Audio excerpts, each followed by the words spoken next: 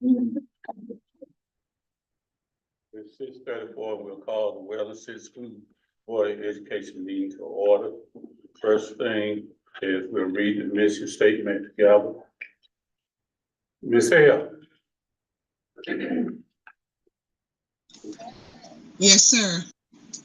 You want to read the mission statement? I will. Okay, then, ma'am. The mission of the Weldon City School District is to create and maintain a highly effective educational system in which every student receives the highest quality education. School employees and parents work together to prepare students to become caring, competent, and responsible citizens who value education as a lifelong process. Okay, thank you, Ms. Hale. At this time, we'll approve the agenda and the changes. I have one change. We need to set up a meeting date for the May 16th meeting. Discuss budget. And we'll place that under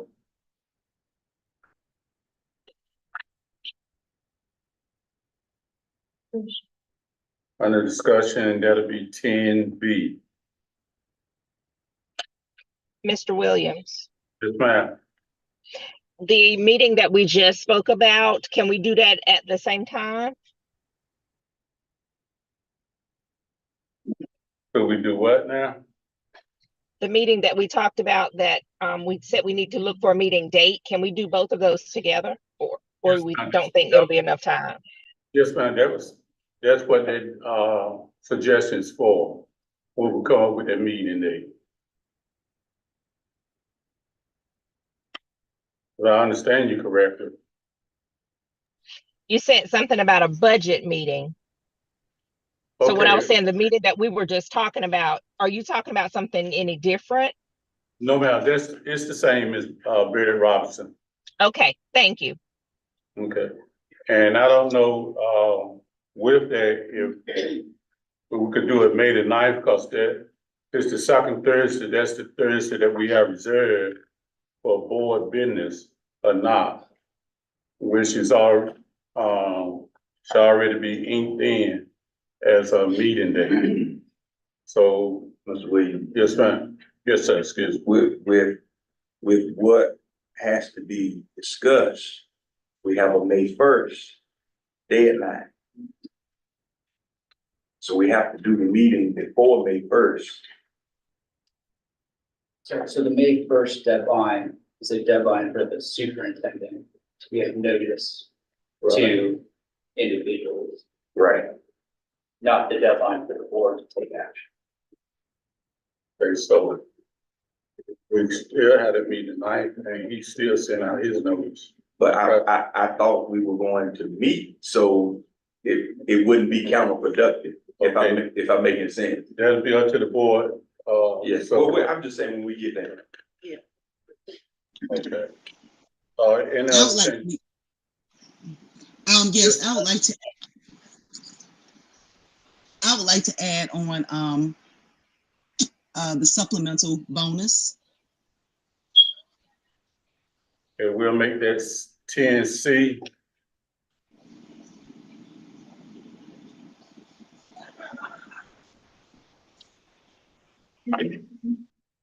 And other additions to the agenda. Motion to approve.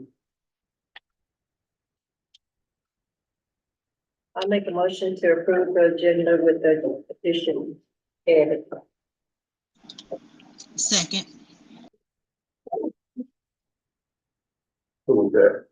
Ms. Barry Robinson. Okay. It's been motioned by Ms. Harris and second by Ms. Barry Robinson. That the agenda be accepted with said changes. Are there any questions? There are no questions, then all in favor, aye? Aye. Aye. Ms. Hale? All right, motion approved. Next, we'll move to approval of the minutes. Motion to approve the minutes. I'll make a motion to approve the minutes from March 26th and minutes for March 21st. That's it. There's been a motion by Ms. Robinson, second by Ms. Jenkins, that the minutes be approved. Harrison made the motion. Yes, Harrison and Ms. Jenkins. Excuse me.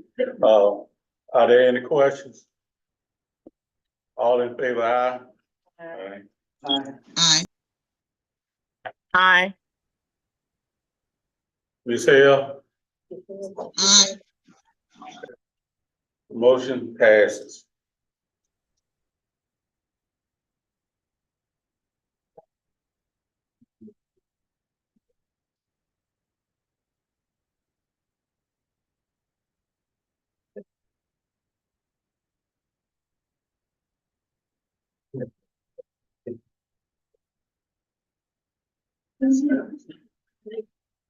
Okay, at this time, we're gonna, ask for a moment of silence for Ms. Anderson, who's a teacher at the middle school at this time, at the high school, excuse me.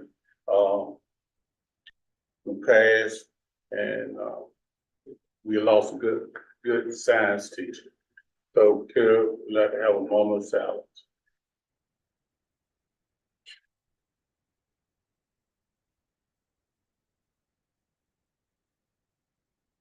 Thank you. At this time, I had the privilege and the honor to introduce our new interim superintendent, Dr. Rodney Shotwell. He comes to us from Reedsville. He's a retired superintendent. He was at Rockingham from 2006 to 2022. And then he served interim for Hope County from July to December 2023. So at this time, I'd like to introduce to everyone, Dr. Shotwell. Thank you, Mr. Chair. Appreciate it. Excited about being here. Absolutely. I've been to 3 out of 4 schools. Don't worry, Dr. Robinson, I'm coming. And it's just been a joy and delight to be able to get back out where the children are and the teachers, because that's what we're all about giving our kids the very best. All right, thank you, sir. At this time, we'll have recognition and upcoming school events. New hires, Ms. Angela Easter.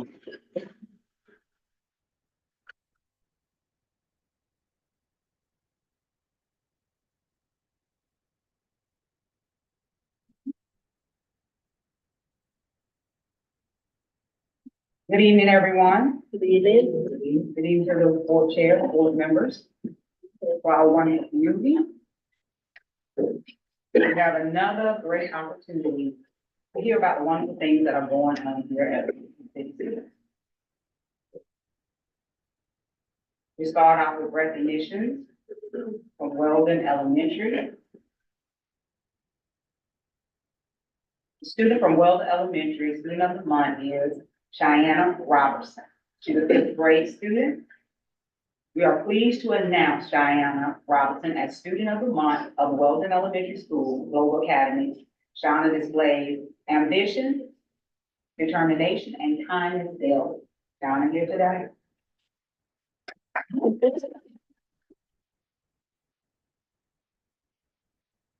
Mom, you're gonna come up with it and take this picture?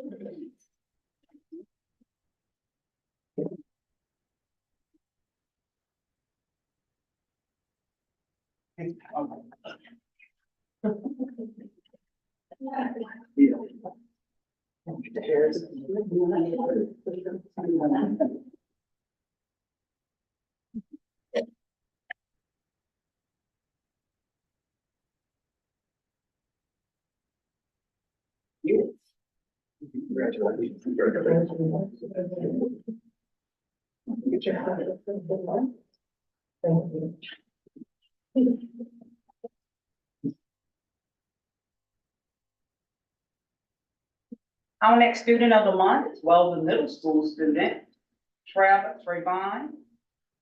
Patterson. Trayvon has shown growth in his communication skills. He is responsible and he exhibits great behavior and tries to work hard on all his assignments. Trayvon, here you go.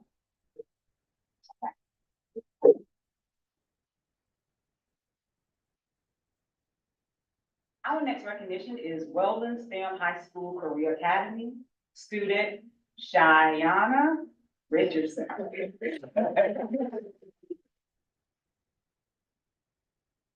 Ms. Richardson is an honor student. She's very polite. She's also a great athlete and always works well with her peers. And if you look at the website, you'll see sometimes she reads to our elementary students. Congratulations there.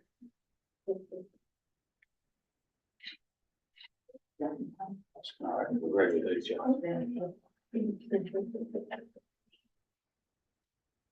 Our next recognition, Roanoke Valley Early College Student of the Month is Brianna Moody.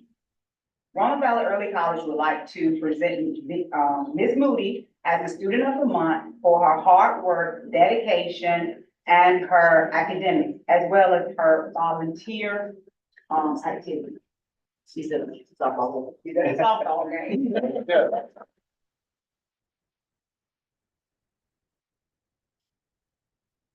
And our next recognition is our Employee of the Month. Our Employee of the Month is Sean Fredericks from Weldon STEM High School Career Academy.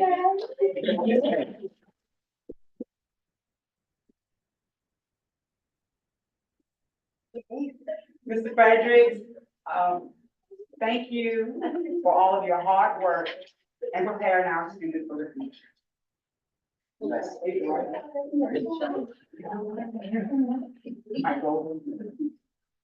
Sit in here.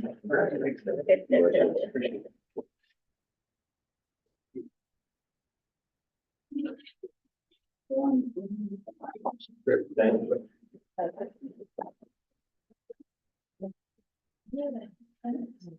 And now we would like to recognize our Parent of the Month for Weldon Middle School, Ms. Shaquita Robinson. Ms. Robinson is a parent that you can count on to do whatever, whenever she can. She took the lead on the spring egg hunt. And she, I was wondering when you're gonna do that. she also was present and offered assistance during the spring fling. She is a parent that always is there to help and assist with students and learners.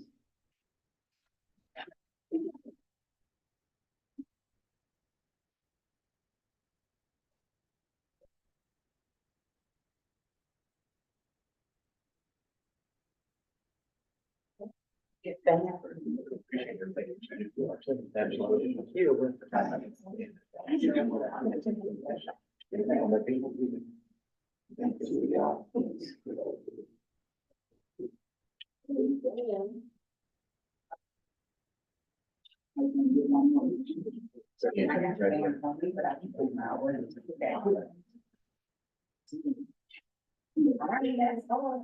Thank you.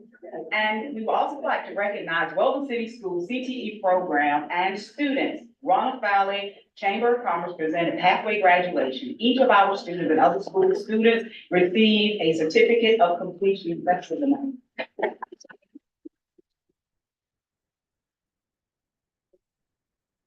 And that is my presentation, but I would like to say that we also want to recognize Weldon, the town of Weldon, once again, making history. Weldon, the town of Weldon has dedicated a street sign to Bishop William H. Cheek, which is, the former pastor of Evangelistic Church of Deliverance right here in Weldon. So we're doing great things right in the town of Weldon. We should give our own town a hand.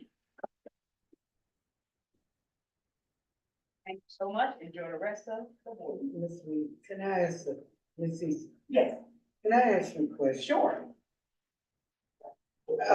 When you look at the Durham Daily Herald, where are we at or is of being in the paper? Because like Halifax County Runaways, all those, when the kids are honored, the student of the month and all of that. where are we at where, you know, we can't get well on our kids? Well, the person that works with them, I don't know if it's Miss Tia Bedwell, but I work with her, and that's why you see some of the pictures in there. But I can definitely communicate with her and see how does that work with the student of the month. She does all the sports, even though she's not over the sports, section. She's been working with me with that. And when something special comes up, you know, even on the weekend, she'll take that and put that in there. But I will definitely ask her about the student of the month information and anything that we need to post in the, our daily, her, how do we do that? So it's just a question, and she's willing to work with me, so I'm sure some things can be done about that.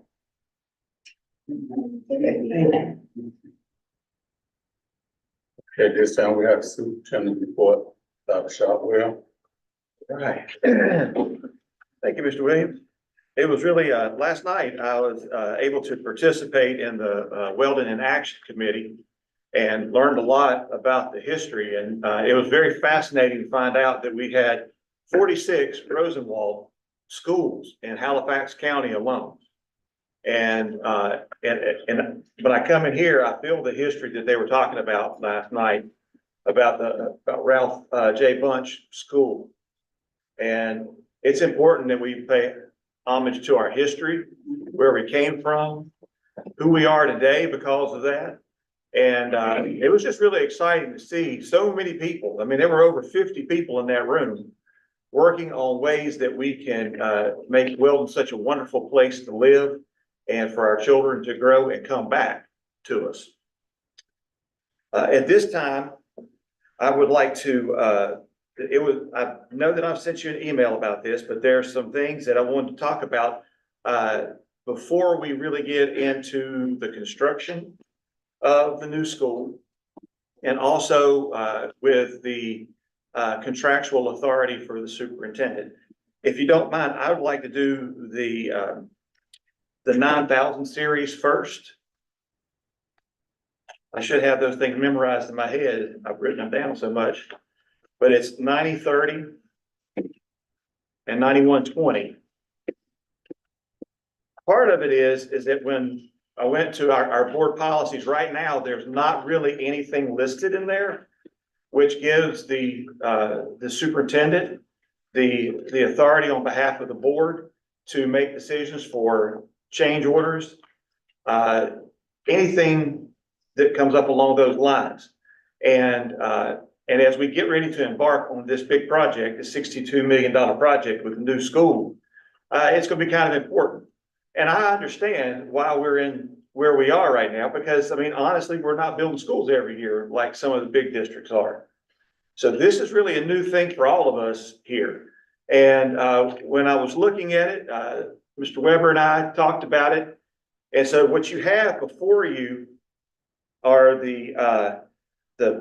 it's a 9030, that's the model one? That's correct. Yeah. It's the model NSBA policy for that. And basically it had the amounts that I've got highlighted in yellow and in teal. Those were blank. And so what I'm proposing is basically the right for change orders, approving, entering in that anything that might happen with that project up to $95,000, and anything above that has to come before the board. The other caveat to this also, if I do a change order, the board's going to be notified. So it's not like you're going to be left out of the process here. The recommendation that did come with it was for $50,000. However, with the price of projects nowadays, I think that's not a relative number. I think 95 is more along the lines of where we are. In the past, I have had in a former position $125,000 authority for contracts and also for change orders for construction. So what I'm afraid of is as we begin to demolish this building, as much as we try to anticipate everything possible that could happen, there will be something that will come up that will require action. And it may not be enough time to call the board together to take it off schedule. And so What I have there is in, section B, change orders for construction and repair work.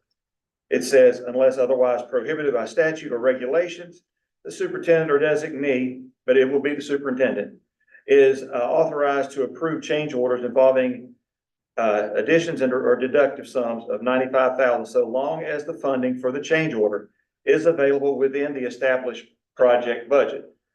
So we're not giving the superintendent the authority to add $95,000 more for different projects. It's simply working within the existing budget that's in there.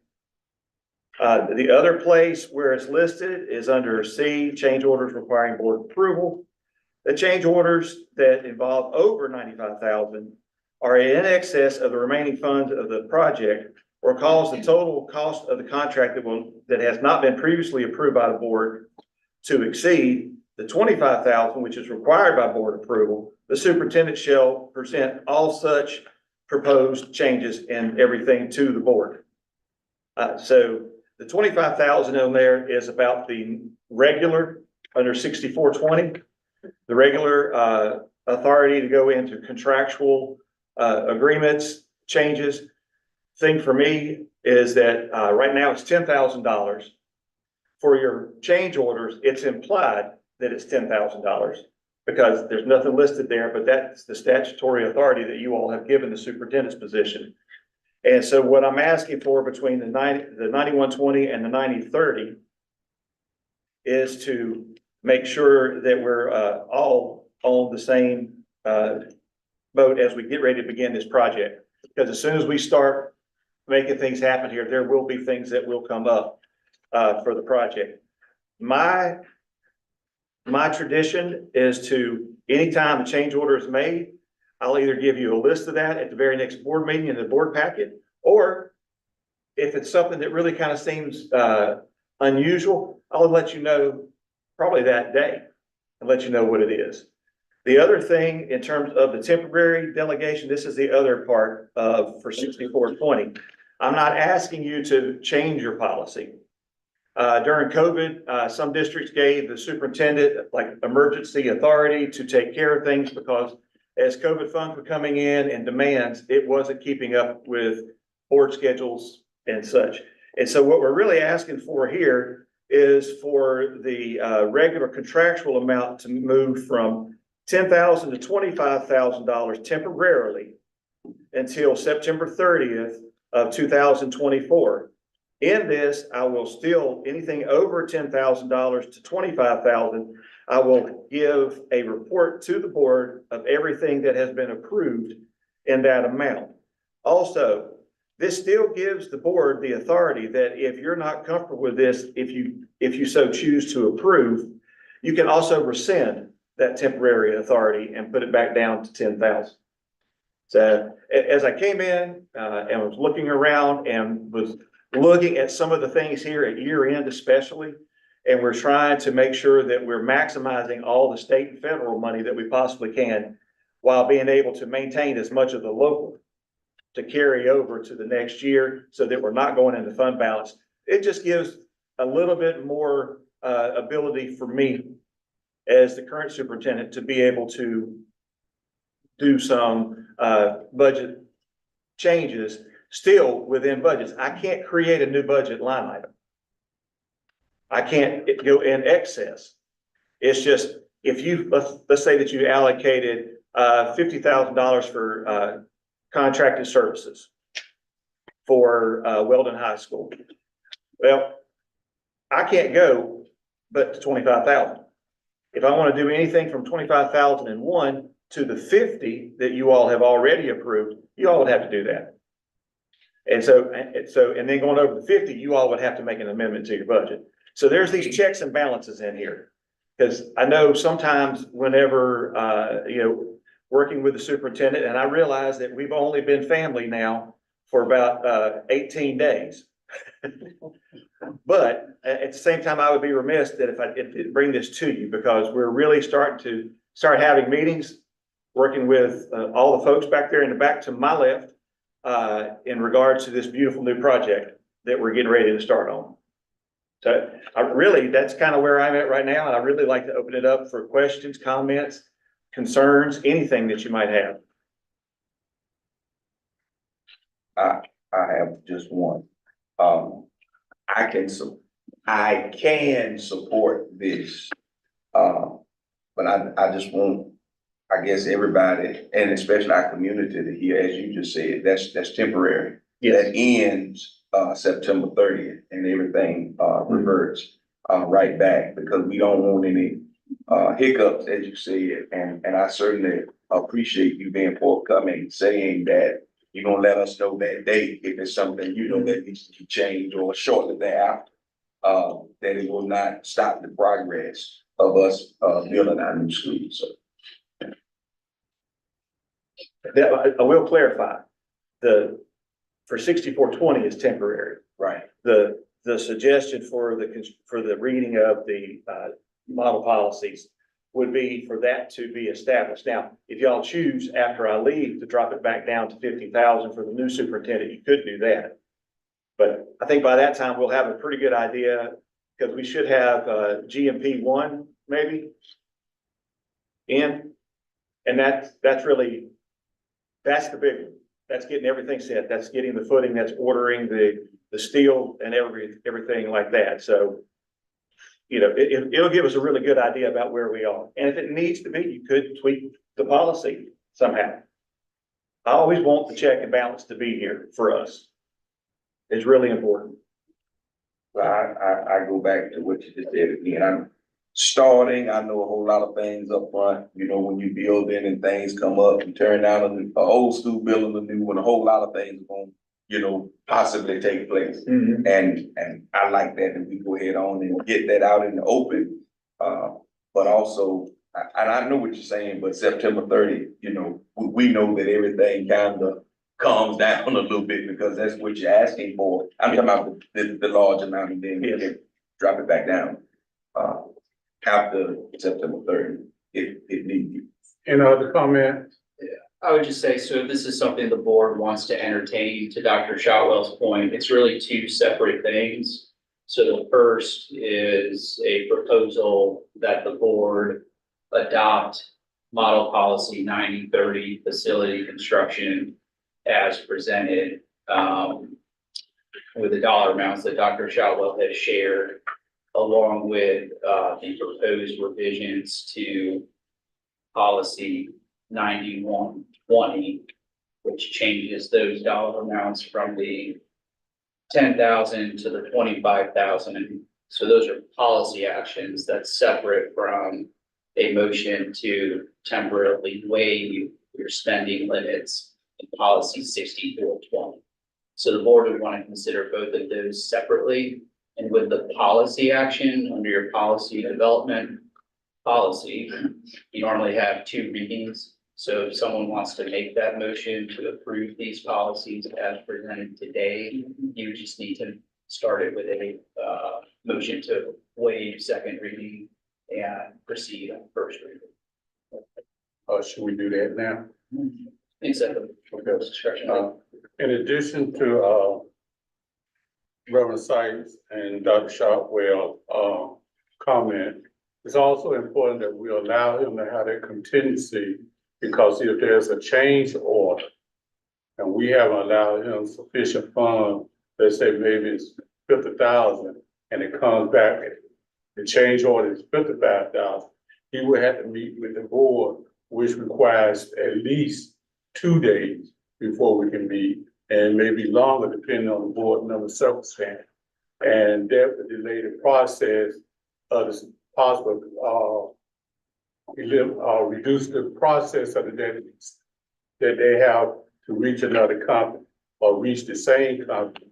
So that would put us further and further behind the 8 ball each time. He would have to come back to us. So by having a contingency amount, hopefully that will eliminate any shortcomings that we would have in the building of the school. So I think it's a great thing to do. And hopefully we won't have that many change orders, because we could easily go from the school being completed in May of 26 and opening in August to being completed sometime after August. which you know that would be a tremendous difference. And a lot of disappointment to people also that's expecting, after being down there 2 years, they're ready to get their own school. And I will be ready for them to get their own school also. So at this time, then we are entertaining a motion for policy 9120 to go from 10,000 to 25,000. Can you consider them together? So if a board member wants to make a motion to waive second reading and approve policy 9030 and 9120 as presented, I think that would get it done. Mr. Chair, Yes, ma'am. I move that we waive the second reading and approve tonight policy 9030 and 9120 with the increased amounts presented to us by our interim superintendent, Dr. Shotwell. Second motion. Okay, it's been motioned by Ms. Kim Robinson, second by Reverend Sykes, that we'll waive the policy and increase those amounts from 10,000 to 25,000 and the contingency money to 95,000. Are there any questions? All in favor, aye? Aye. Aye. Ms. Berry Robinson?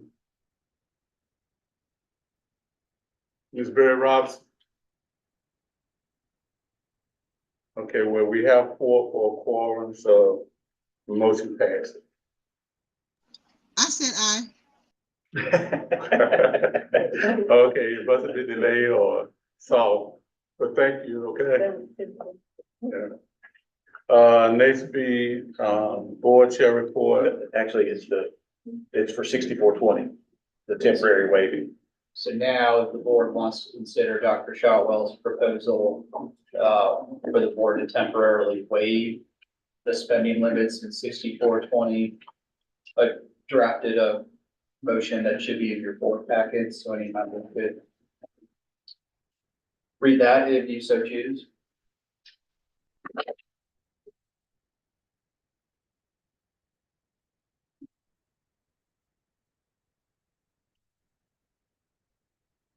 believe there are copies in the.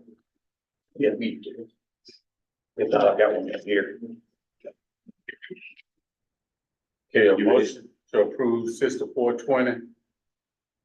Ready for the motion? Yes, sir. Motion to temporarily waive board policy 6420, section 80, solely as it pertains to the superintendent's delegated authority to enter into contracts for materials, equipment, supplies, or services involving amounts up to $10,000 and to temporarily authorize the superintendent to enter into contracts and approve contract amendments for materials, equipment, supplies, or services involving amounts up to 25,000, with the understanding that the board is required for contracts and change orders, amendments that would result in more than 25,000 being paid to the same vendor during the same fiscal year or any consecutive 12-month period. At least monthly, the superintendent shall report to the board on all contracts and contract amendments approved by the superintendent under this temporary waiver and delegation. This temporary waiver and delegation shall only be in effect through September 30th, 2024. And the board reserves the authority to rescind or modify this waiver and delegation at any time. Second. It's been motioned by Reverend Sykes, second by Ms. Harrison. That policy 6420, be changed at this time. And everything else you read along with that. Are there any questions? I do just want to clarify, so it's not a revision to your policy. That's right. It's a temporary waiver. Not, a revision, this is just a waiver of the policy as it stands now. All in favor, aye? Aye. Aye. Aye. Good move. Any nays? Motion passes. Yeah, that's good. Yes, sir. Okay, board chair report. I'd like to thank everyone for being here tonight. Those of you that are here in person, and those of you that's, visiting us online. We appreciate so much you participating in our board meeting. I also like to say happy birthday to everyone, happy anniversary to everyone. And we're on the downslope now, few days left in school. I ask that parents, guardians, uncles, granddaddies, grandmamas, cousins, get on the students, get on that child in your household and let them know they gotta put that game control down, they gotta put that telephone down, and they need to focus on their work. Teachers, we ask that you remain vigilant and go through to the end, work through to the end. But want to say, the end is near. The end is near. But we want to thank you all for what you have done for this school year thus far. Thank you. Next, we had a financial report by Ms. Matilda Campbell. She'll be first tonight. Good evening, Dr. Shotwell, Interim Superintendent, Mr. Wynn, Board Chair, and board members. I would like to present to you your monthly financial statements for the month of March, starting with our local fund Special 8. Our beginning revenues is $907,160.44. We had a total deposit for the month of $57,015.32. Bringing year-to-date total to $964,175.76. Our beginning expenditures is $476,721.70. Total expenditure of the month was $57,760.37. Bringing year-to-date total to $534,482.07. Giving us a net result for the year as of March the 31st of $429,693.69, bringing our unobligated fund balance to $1,433,004.07. Current expense, beginning revenues is $1,942,570.02. Total deposit for the month was $100,502.88. Bring your year-to-date total to $2,043,072.90.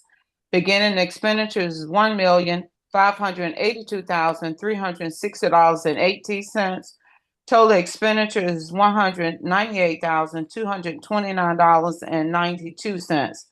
Bring the year-to-date total to $1,780,590.10, giving us a net result for the year as of March the 31st of $262,482.80. Trying to make sure that was right. I left my glasses at home. Bring the unobligated fund balance to $538,970.97. Capital outlay, beginning revenues is $341,377.69. Total deposit for the month is $13,730.51. Bring the year-to-date total to $355,108.20. Beginning expenditure is $96,107.05. Total expenditure for the month was $9,677.79. Bring the year-to-date total to $105,789.84, giving us a net result for the year of $249,323.36. Bring the unobligated fund balance to $1,141,617.36. Child nutrition, And in your package also, board members, you received the revised January, financial statements that I told you I was gonna share with you. And I gave that report last month.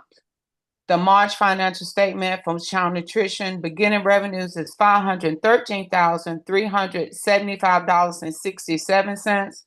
Total deposit for the month was $71,850.69. Bring the year-to-date total to $585,228.36. Beginning expenditures is $526,071.59. Total expenditure for the month was $83,416.60. Bring the year-to-date total to $609,488.19, giving us a net result for the year of negative $24,261,083. Bring the non-obligated fund balance to $231,535.17. That's your financial statements for the month of March. Are there any questions?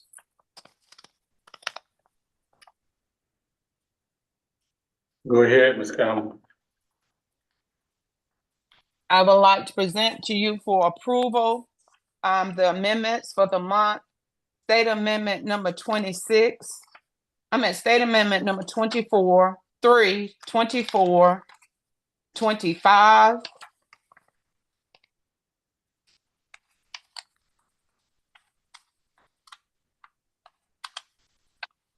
My papers are sticking together.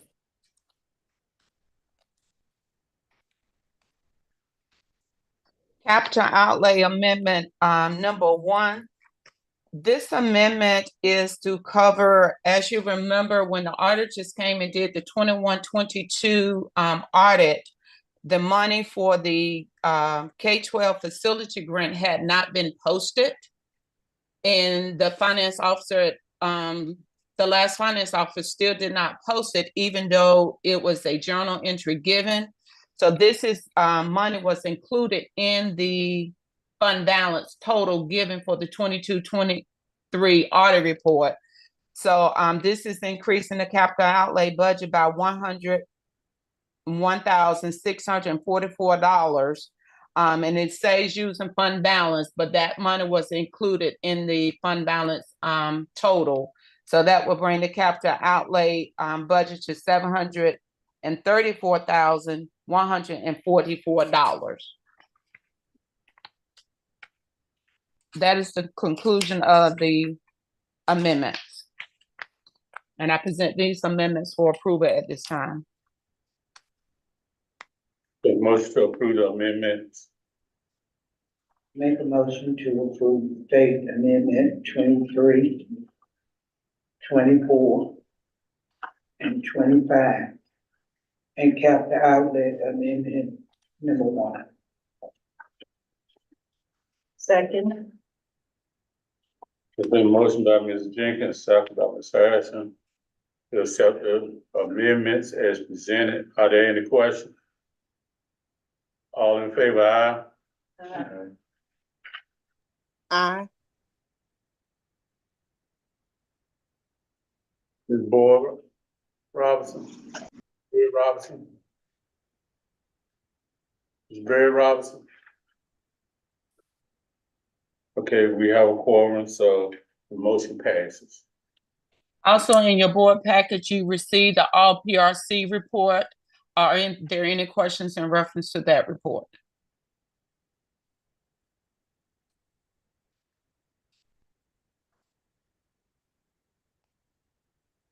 If there's no question, Mr. Chair, that concludes my report for the month of March. Are there any questions for Ms. Campbell? Thank you so much, Ms. Campbell. Thank you, and y'all have a good evening. Okay, you too. Bye-bye. Okay, next we'll have Federal Programs and Student Service, Ms. Geneva Riddick Faulkner.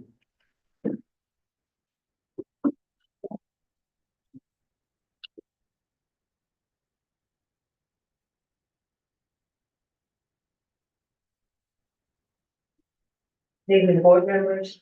Board Chair Williams, Dr. Charbel.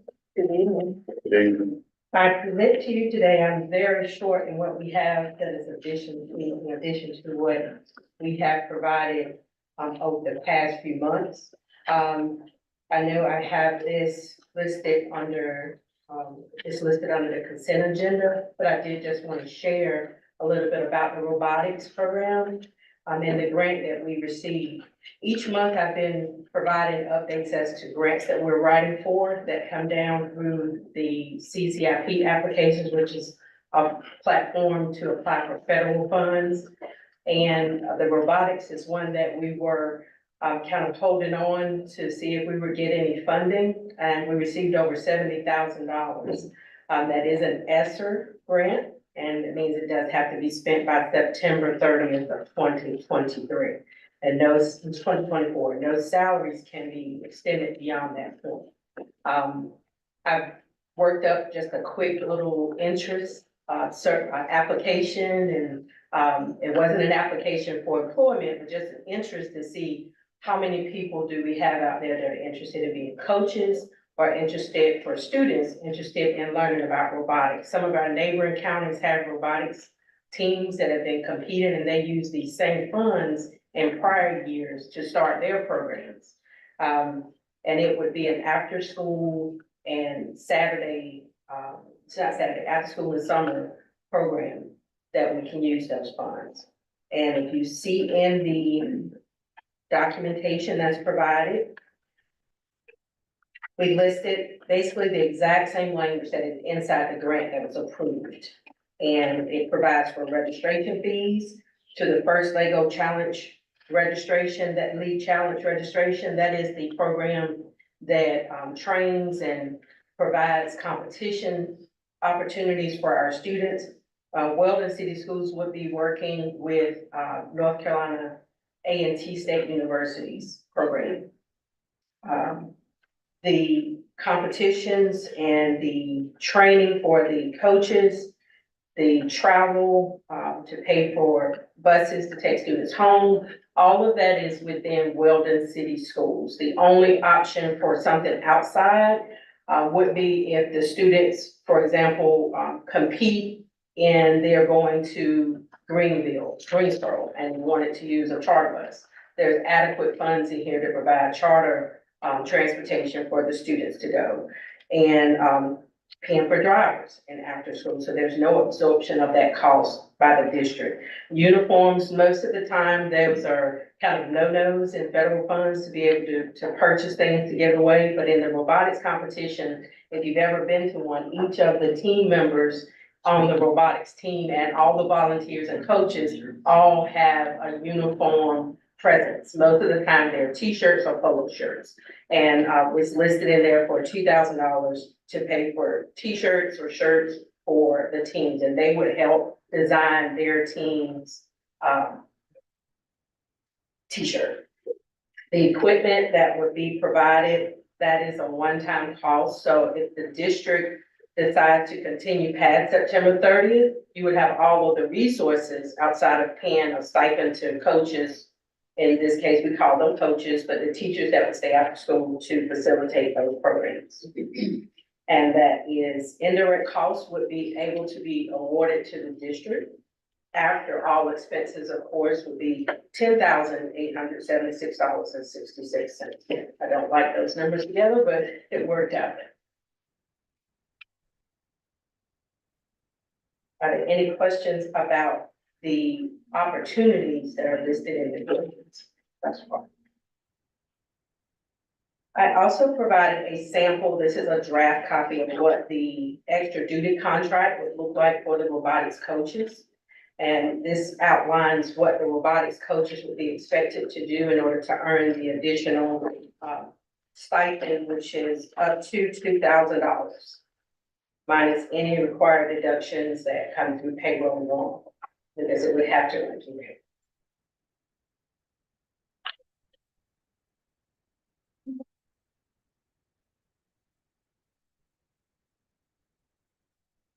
And that's on the agenda for approval later, but I would answer any questions you might Are there any questions for Ms. Faulk? If not, then thank you so much. That was all that I had to present. Were there any questions related to federal programs and student services? So much.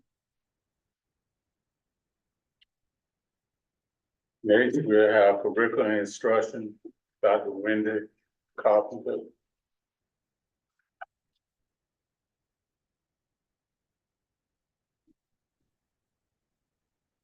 Good evening, Board Chair, Mr. Williams, and our Superintendent, Dr. Shotwell, other board members, community members and staff. I am here to present the instructional report for the month of April.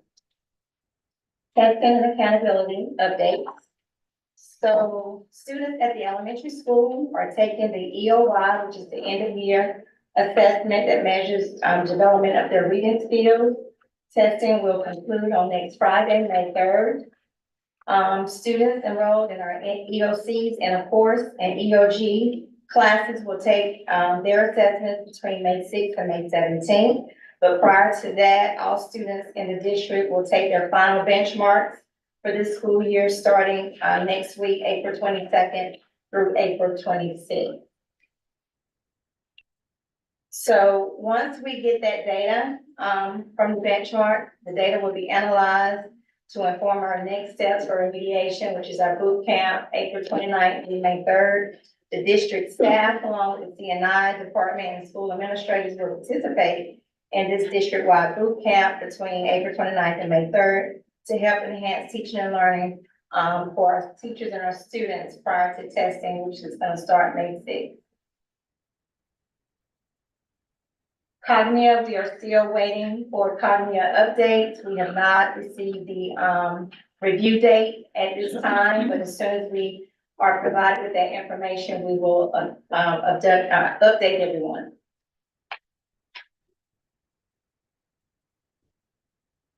Last on the list is summer learning.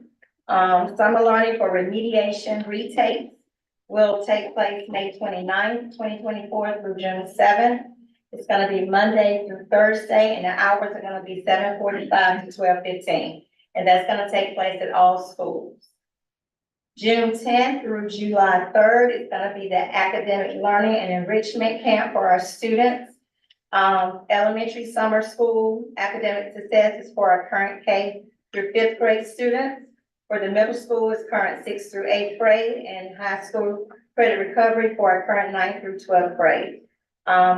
Their high school, the summer camp for high school will take place at both high schools this year, Weldon High School as well as Roanoke Valley Early College.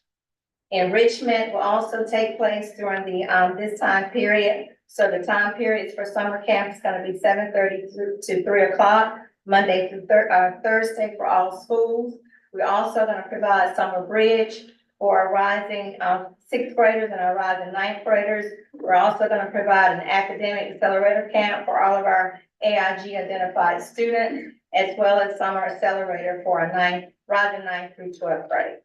Students are also going to be provided field trip experiences, art band, Spanish, and sports during that time. And June 19th, the summer camp will be closed. Are there any questions?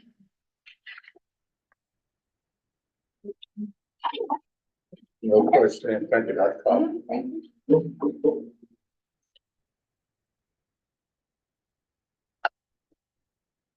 Basically, we have operation, Mr. Vaughn,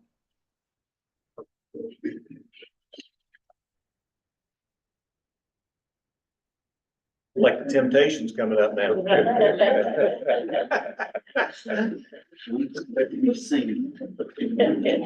evening, board member, board chair, board members, Shotwell,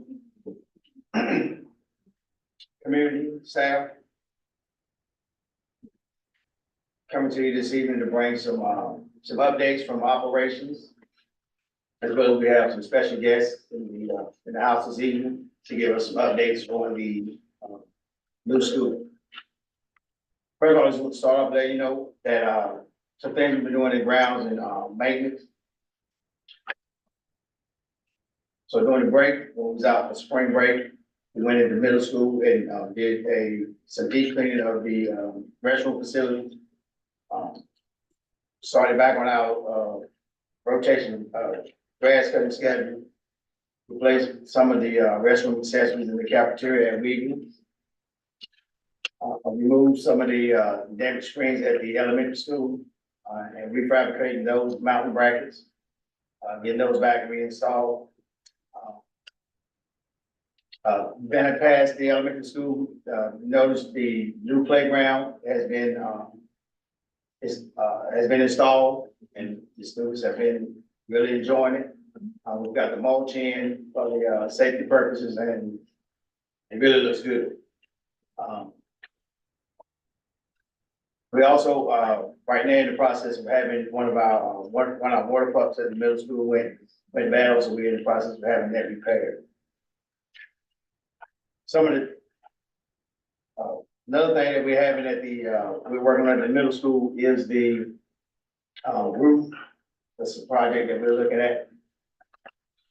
Working on, we had a visit where we do have some deficiencies with the roof, within the caulking and the ceiling, within the seams, so, we're gonna be creating some, RFP so that we can, get some in and get those, get some repairs done to those areas.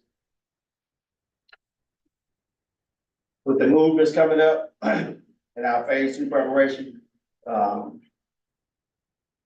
we met with the parents to involve them, to let them know about the move and what we've been working on from the middle school and the high school standpoint on the 27th of March. That was a real good meeting. We had a real good turnout. The parents had the opportunity to come in and ask their questions. Any concerns with the move or any aspect of the move. So we had it was a real nice meeting. We also held a joint meeting yesterday, discussed any of the upcoming concerns from the department heads as it relates to the move. We had a real good discussion yesterday. A lot of moving pieces are in action. So in the near future, we have we start to see a lot of changes around within this building in the next few weeks. So right now we have some reports from the special guests that we have today. I'd just like to introduce from Ratio, who's our design team. We have Mr. Hal Bowles, Mr. Nick Purdy. They're gonna give us a report. Also, we have a report from Mr. Bill Kalu from Clancy and Hayes, which is our construction manager at Risk Team. Then we have a report from Mr. Bernard Hall, who's our owners rep.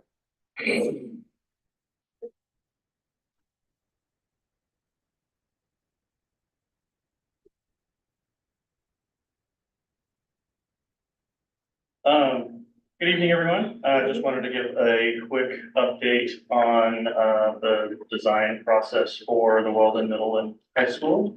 We have completed our construction documents as of April 5th, and we are moving the quality assurance and control just to kind of get the last little bits and things ready before we submit for permits. Go to the next one. Previous one of the, sorry, I have to go back to the previous slide. Missed that one. Looks like our rendering got stretched out a little bit, but this is the front entry. And then I'll go to the next slide.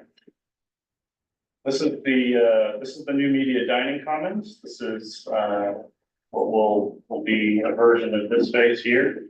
We have heavy blue limb timber framing and lots of light, lots of glass, lots of open space. We're really excited about this space. Also floors for ease of maintenance. Terrazzo floors for ease of maintenance. Yay. Go to the next one. Some update of the This is the site plan here. So we see the main school in blue. The existing gymnasium is the white piece there to the west that is staying intact, but new athletics fields, bus drop-offs, and various parking and entryways for the middle school and the high school. Shows a couple of smaller images of the top of the two smaller renderings there is part of that central courtyard in between the two wings. And then the middle school entry is the second one below. We can go to the next one. And then this is kind of a 3D top-down cut view of the school and a lot of the kind of furniture arrangements that we've been exploring. So we see the high school wing and its administrative suite on the top kind of arm there. And then to the right and a little below that is the middle school wing, again with its own administrative wing. The orange section to the lower portion is where the new gym, locker rooms, and weight training room will be. And then as we kind of continue around clockwise, we get into a studio, dining areas, and the CTE classrooms, and a couple of renderings to show some of those wider common spaces in our hallways. That's pretty much it for the design. Yeah, and I just wanted to add a couple of points to what Nick was saying. First of all, I wanted to assure everybody the project is still on schedule for an August 2026 opening, if not sooner, the fall of 2026 for students. We're also currently in budget. The CM did their first estimate from our 60% construction document submittal a month or two ago. And that has us, their estimate of construction is a little over 56 million when you add in the soft costs that include all the FF&E, the owner's contingency, design fees, the testing and inspection and all those good things.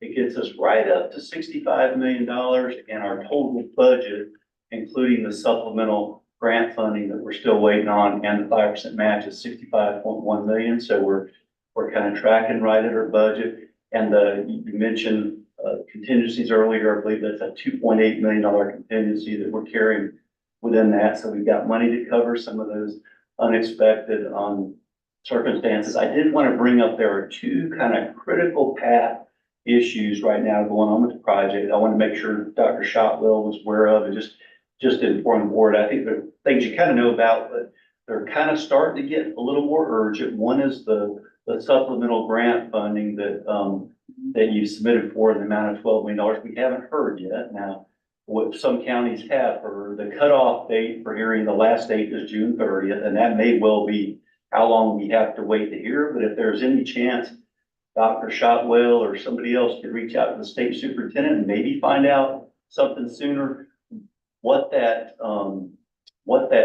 having to wait on that is kind of forcing the CM to kind of wait on getting a head start. They'd love to do an early bid package for long lead items.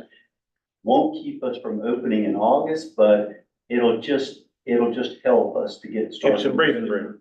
Potentially. It gives you some breathing room. Gives us a little more breathing room, and more importantly, it just, you secure things at a little better price. It's just a better way to go. So they're gonna be ready to go potentially before we hear, but we can't start any construction until we have that, because one of the rules of getting that funding is you cannot have started your construction yet. So we've got to wait for that. So, but the sooner we know, the better. Now, what we can do, as I understand it from talking to Rod with Jason's office, is that we can bid the project, but so we'll want to go ahead and at least plan our bidding to come right up to that point. But if there's any way we can find out about the funding, we have. The other critical issue that maybe is even more critical right now is the 8 acres of land that the county's in the process of purchasing that will accommodate the baseball and softball field.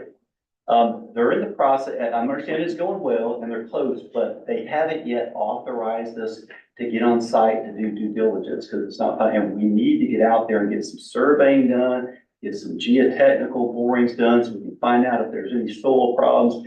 And we really need all that before we can finalize those drawings for permitting and all that. And I mean, we can go ahead and submit for permitting, but it just means we'll be changing more things, which we will do if we have to. It's just the sooner we know that, the sooner our CM can finalize a lot of their kind of budget concerns and eliminate more of the unknowns, which again, just helps. So those are the two issues I just wanted to make sure you're aware of so we can kind of push those along. I don't foresee any problems to open in August 2026. I just want to do everything we can to make sure it goes smooth. So thanks. Mr. Chairman, if it's okay, I'll make a call tomorrow about the supplemental funding. All right. See where we are on that. Yes, sir.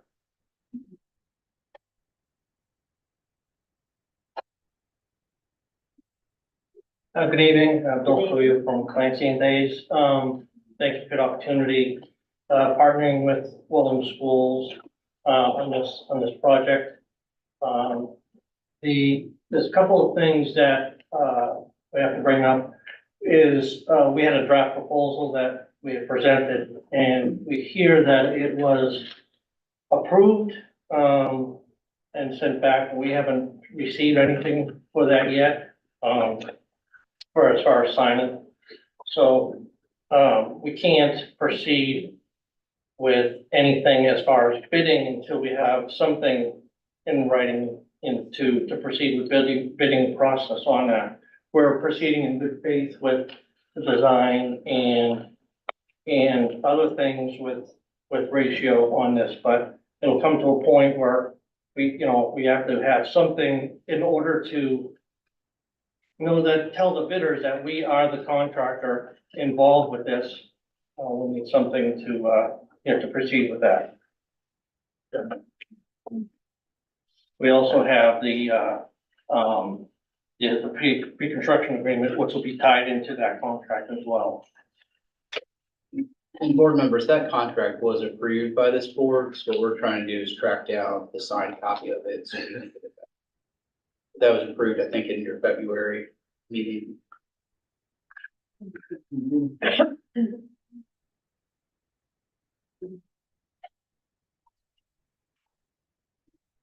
Good evening, everyone. One specific recommendation for your consideration is, there are additional resources required on a project like this, one of them being commissioning services. So I believe you have in your packet a one-page recommendation. I led the district through a standard search project or process for issuing a request for qualifications. We did receive 2 responses, and those were scored according to the qualifications provided in the responses. The end result is System Works of the Triangle area was unanimously scored as the #1 in terms of qualifications. We asked them to repeat the proposal, which they provided, and you have that number in front of you. So this is seeking authorization to work with Barrington Smith to pursue a contract with System Works for commission. Questions on that?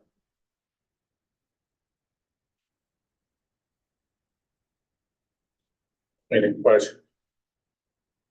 No, sir. So, and those numbers are included within our project budget.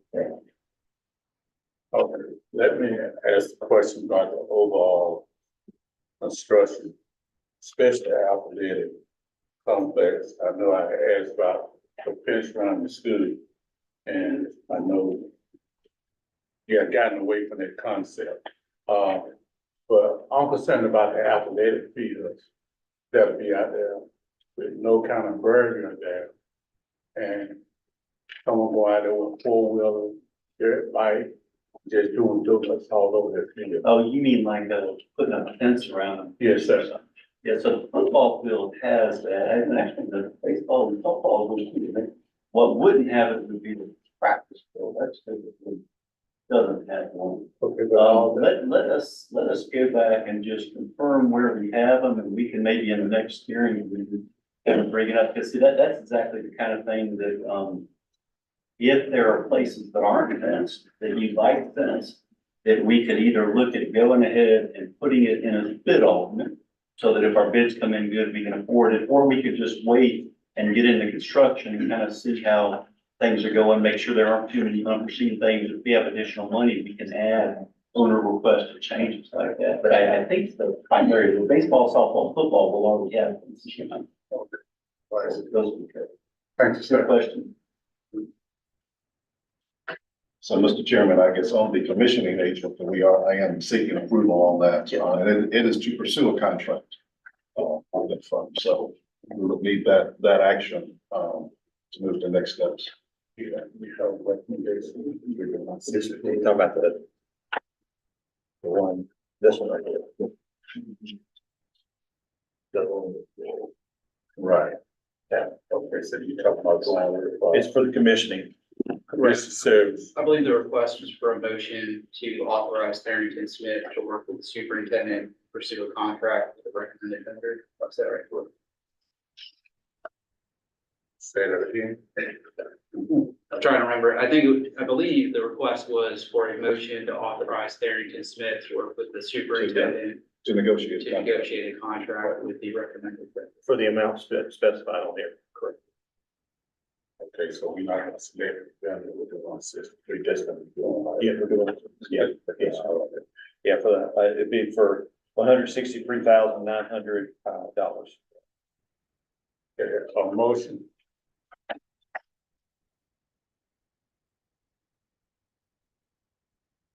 We have a motion for the,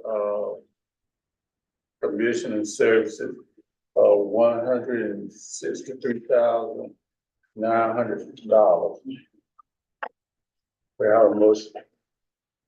Give the third and the superintendent, the authority to do so.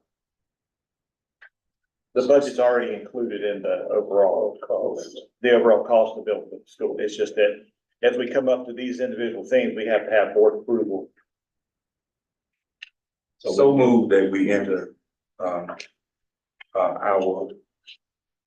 attorneys and the superintendent begin what needs to be done as far as, that bidding, process. So, Okay, we have a motion by Reverend Sykes, a second. Second. And just to clarify, so not the bid process, this is the culmination of the bid process. So this would be to enter the contract negotiations. All right. At that dollar. Yeah. Okay, it's been motioned by Reverend Sykes and seconded by Ms. Harrison that we allow Thurman, Smith and Superintendent to make a proposal for commissioner services. Any questions? All in favor? Aye. Aye. Aye. Okay, motion passes. Everything good. And thank you, gentlemen, so much for coming down. Thank you. Appreciate it.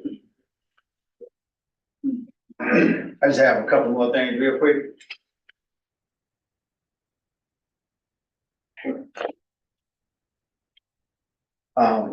Just wanted to give you an update, for the Stop Arm Grant.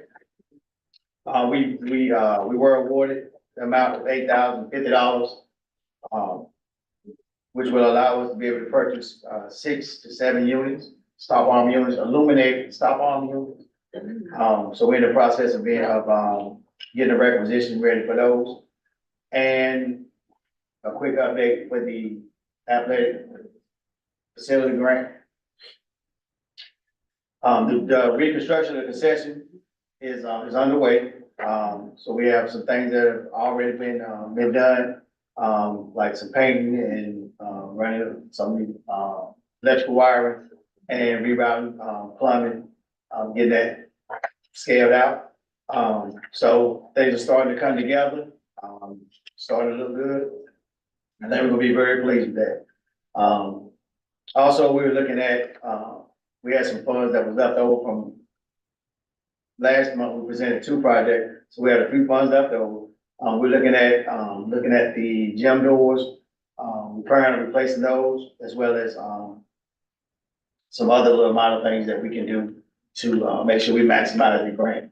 But now, are there any questions? No question. Thank you so much.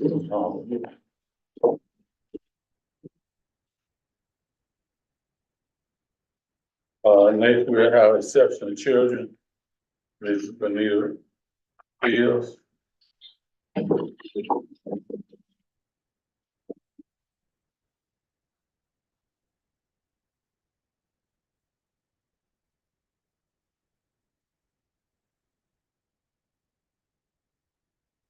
I'm sorry, they don't have my presentation, but hopefully you have the handout. Yes, ma'am.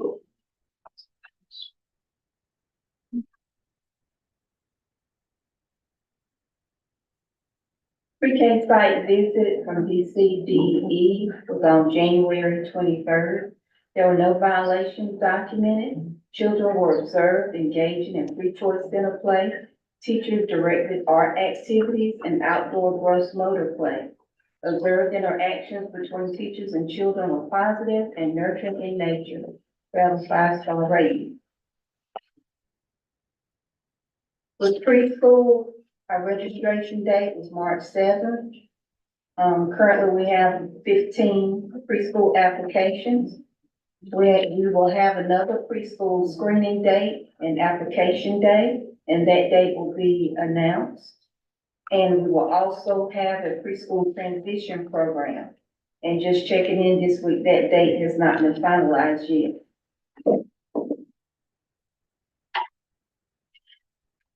There are additional funds awarded to preschool. The Halifax Rural NC Pre-K Advisory Committee has awarded funding for quality improvements in our preschool classrooms. As you know, Weldon Elementary Global Academy is in cohort 1 of the DCD licensing assessment schedule. Cohort 1 vehicle preparation, that's this year. Cohort 1 assessment year is 24-25. Each classroom received $4,000 from NC Pre-K Advisory Committee, and some of those supplies have started coming in. I was able to attend the March Spring Directors Institute. Weldon City Schools received the notification and invitation for statewide selected school districts on the 5-year rotation for Indicator 13. Indicator 13 monitors transition plans and transition plans for our students that turn 14.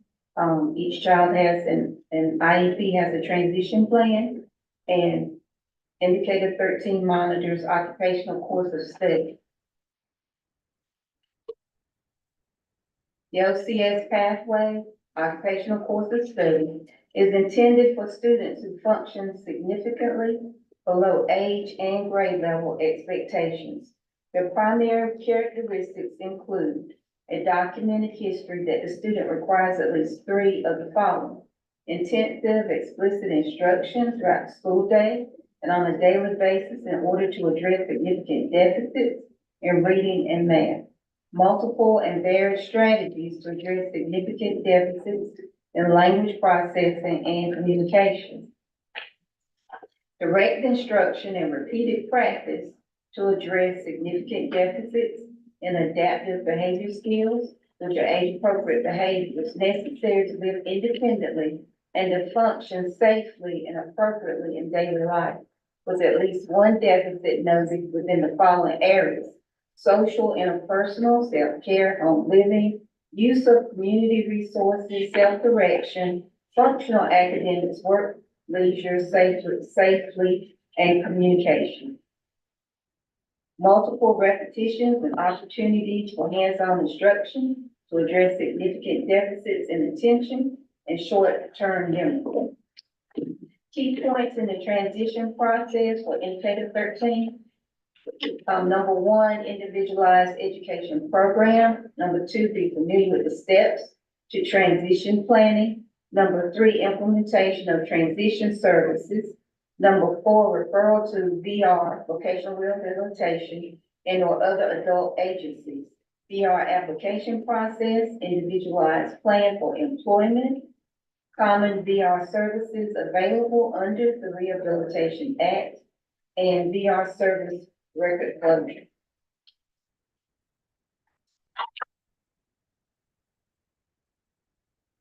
The Exceptional Children's Department is currently serving 98 children on the April 1 head count. As of today, we have 103 items and 13 referrals remaining. Are there any questions? Any questions? Okay, thank you, Mr. Nick.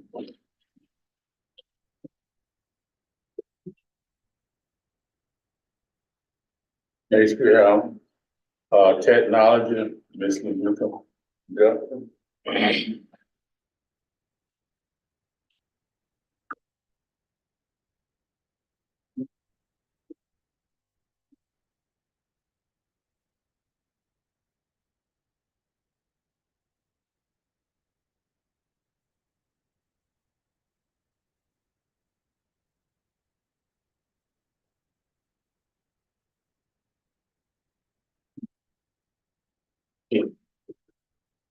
We'll bring it up. What do you got to do?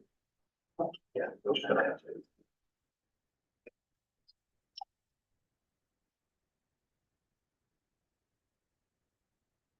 This people statement.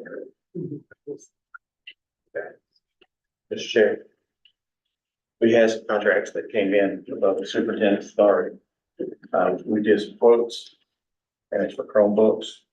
It's for the elementary, middle, and early college, is that right? No, those are just for the elementary school and middle school. And middle school, okay. And she's handing out the copies. Yes. Mhm.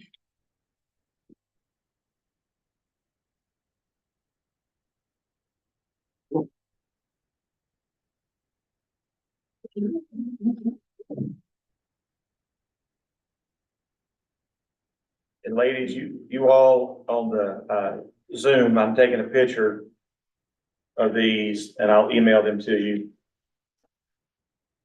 Thank you. You're welcome.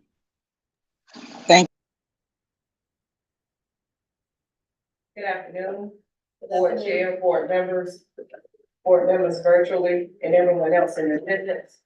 I come before you for informational purposes and to also ask your approval for the quotes that I just passed out.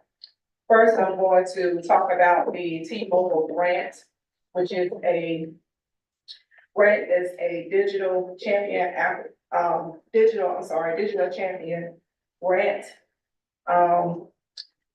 This grant is through T-Mobile, and just to give you a little bit of information, this grant should be in your package, but just to kind of give you a quick summary of what the grant is all about. So it looks like this, Ms. Harrison. Okay.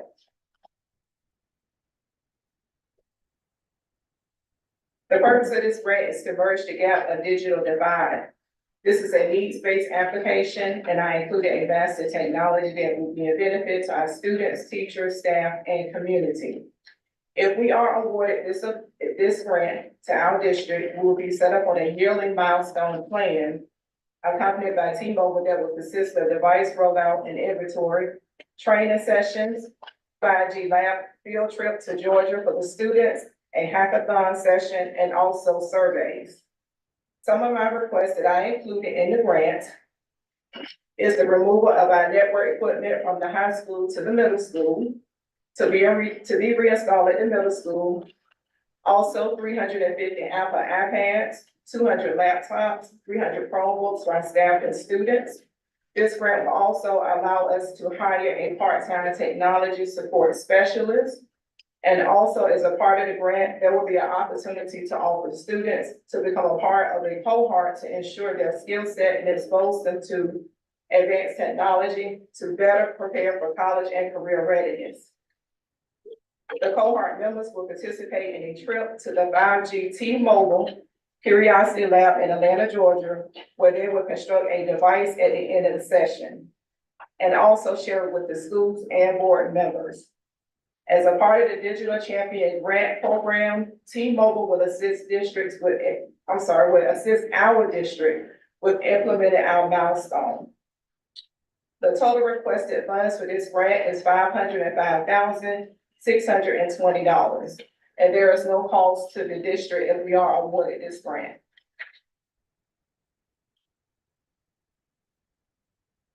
Are there any questions about the grant? Outstanding. Thank you.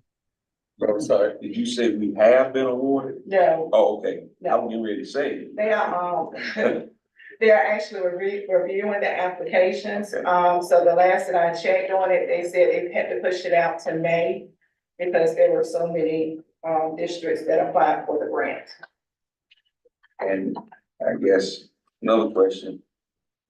Will they partially approve the grant? I'm just asking that if they decide that they gonna give one district portion, and I can ask and definitely let you all know. I hope we get it all, I but hope so, some too. is better than nothing. Right. Okay, the next packet that I'm gonna go over is the E-rate packet. And it's actually for the project of moving our networking equipment from the high school to the middle school. I had also included it in the grant, because again, the grant is based on the district needs. However, I have submitted an application through E-rate to use E-rate funds to move our equipment from the high school to the middle school when the students are transitioning or prior to the students transitioning. We want to keep the equipment that we have because it's still under warranty. So going through the process, there was only one company that actually, sent a bid in, and that was CNIC. The district has dealt with, or had business with CNIC before. They were, prior, I can't think of the name of it, but they changed their name. The services that they're gonna provide is towards the back. And what I had them to do was to break out the services that we need. And this was prior to the decision being made about the modular unit. So for the first page that you see, which is actually towards the back, it looks like an Excel spreadsheet.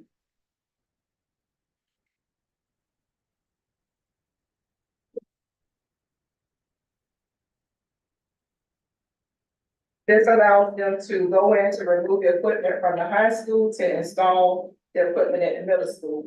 We will not be using all of the access points, but we will be adding some to the middle school to make sure that we have enough Wi-Fi to cover the growth there. The next couple of pages talks about running fiber. So if a decision is made that we will need fiber in the mobile unit that we're moving from here to the middle school, then they will be running the fiber as well.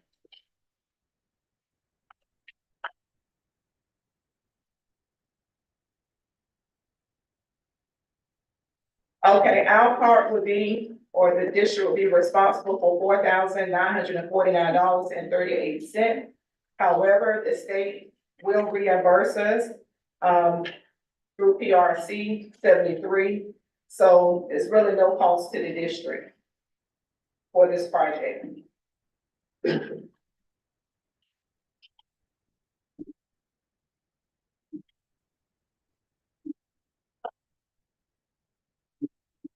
Any questions?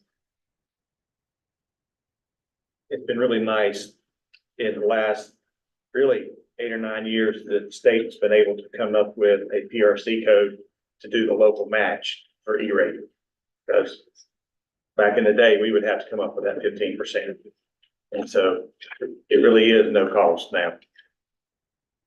Are you purchasing through a state, like a DPI? Yeah. Or the DPI state contract? Mhm.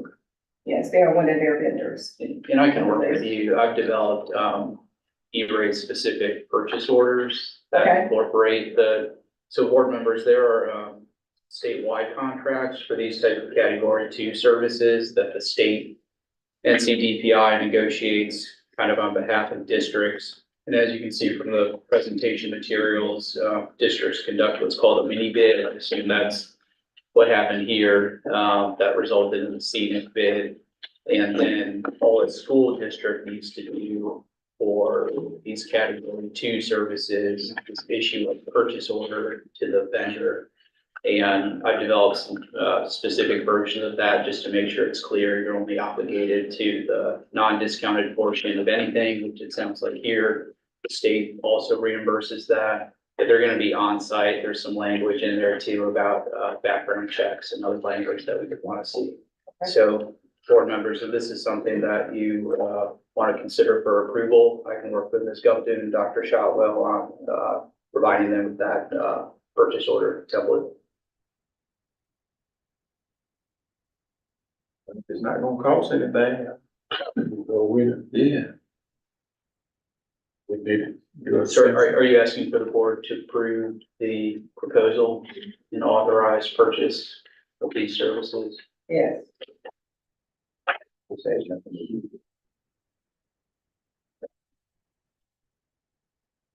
And that's I- different from question. STS? Correct. That's correct. Okay, yeah, I was trying to see it, okay.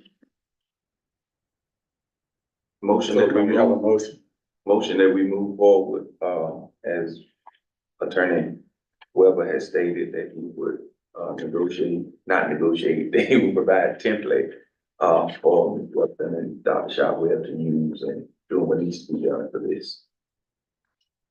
We have a motion. Second. And Ms. Hill.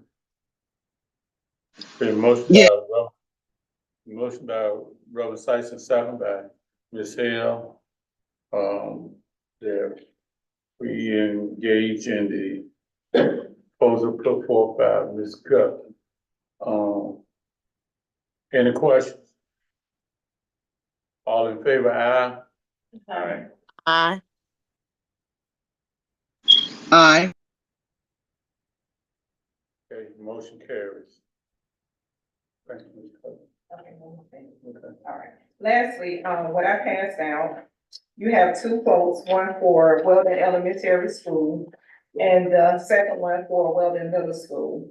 So the quote for Weldon Elementary School, I actually, contacted SCS Education, which is a vendor that we use often. And I worked with Ms. Campbell, because there are some funds that needs to be spent, which are restart funds.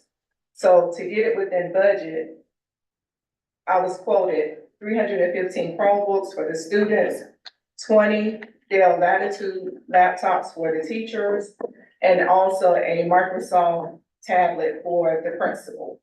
So the total of this will be $106,693. Was this formally, did you do a formal bidding process?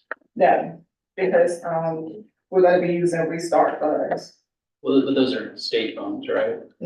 state funds. Right, so there would be a bidding requirement at this time, anything over 90 Okay, to do an RFP process. okay, When you're doing technology like this, it's a little bit easier than formal sealed bids, like when you're buying, other types of non-technology equipment. Some other options, we can talk about it, would be, there might be statewide contracts for Chromebooks through either NCDPI or Department of IT. okay, But if this was not bid, it would need to be bid. Okay. Under the board for approval. okay, And I'm happy to work with you on Okay. figuring out which requirements apply. okay, thank you. Okay, and the second quote is for Weldon Middle School, which is And less than it really should be 90,000. considered together. Okay, Otherwise, we're dividing, Okay. you're really just buying a bunch of Chromebooks, right? Some right, for the high school, some for Chromebooks the and elementary laptops, school. that's correct. So I wouldn't recommend considering them separately. Okay. Are there any questions? This concludes my report. Okay. Thank you.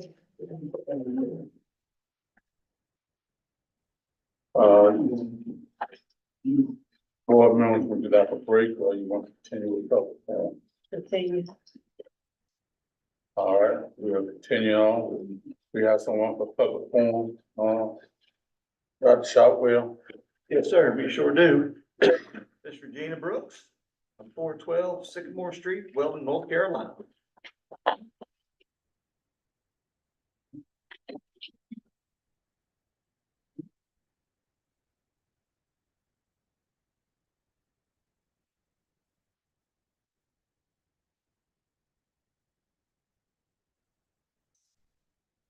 Yeah, yes, sir. Okay, you got it. I'll do it, yes, okay. I'll just hold the finger up when it's 1 minute left, okay? Good afternoon to all. Well, you've had the Temptations. Meet Shirley Chisholm. There was a sweet, sweet spirit when I walked in this place tonight. I'm so elated to be here in your company. Dr. Shotwell, how refreshing. I pray that you're here for the right reasons for the children. If not, I'm sure going to send you a farewell note. Okay. I do not play with our children, and we shouldn't be playing with our children. Enough is enough. In all honesty, they deserve a first-class education, each and every one of them. I have seen 3 generations, 25 years of a broken school system. I wonder what took DPI, the governor, lieutenant governor, and all, what took them so long? I'm going to certainly let them know I thank them. I pause tonight to recognize the passing of a beautiful professional person, Miss Annabelle Anderton. The Anderton family was the first family to welcome me and my family to Weldon. What a beautiful, beautiful family, and I am so thankful. If you've never been outside of your locale, you don't know what it is to be welcomed by someone. Dr. Shotwell, I welcome you to Weldon.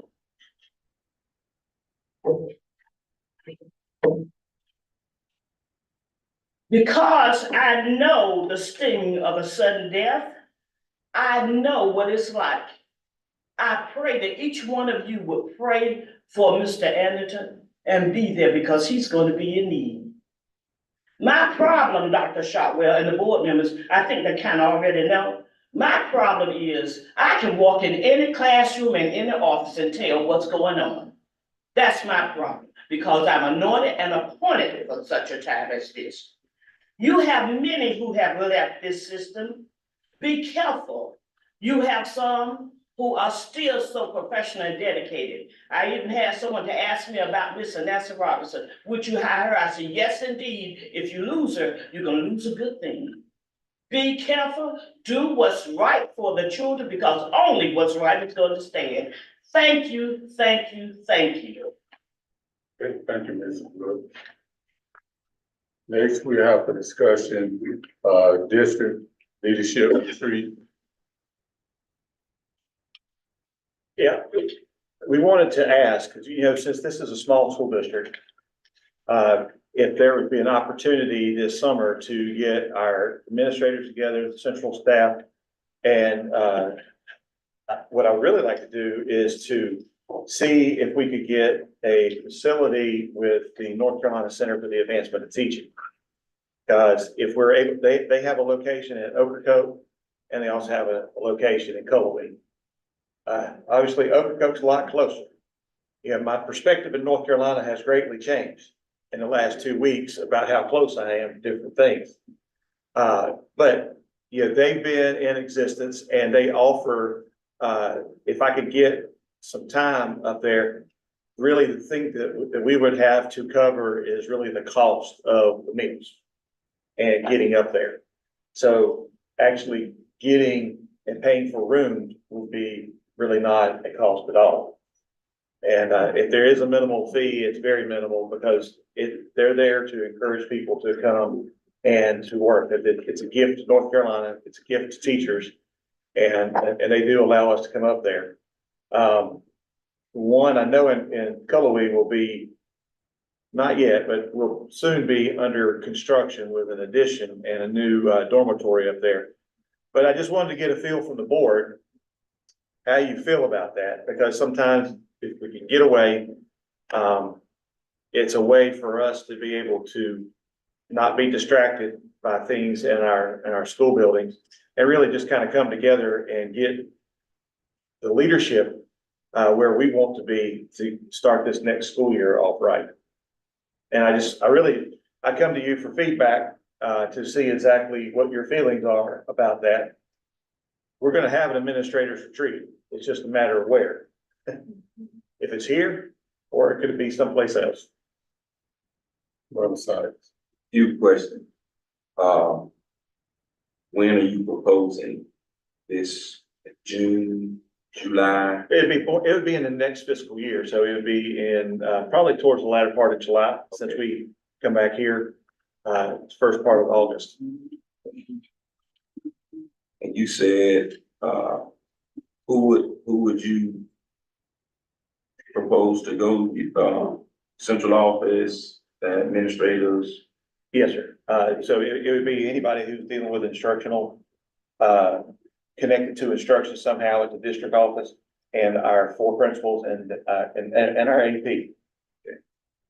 And the funding source for, you said that the actual lodging would be free, but meals and of course transportation. Have you identified funding source? We would look and see where we could get that from. I don't know if we could, do it with Title II or not. We can. Title one. Title one. Title I. Okay.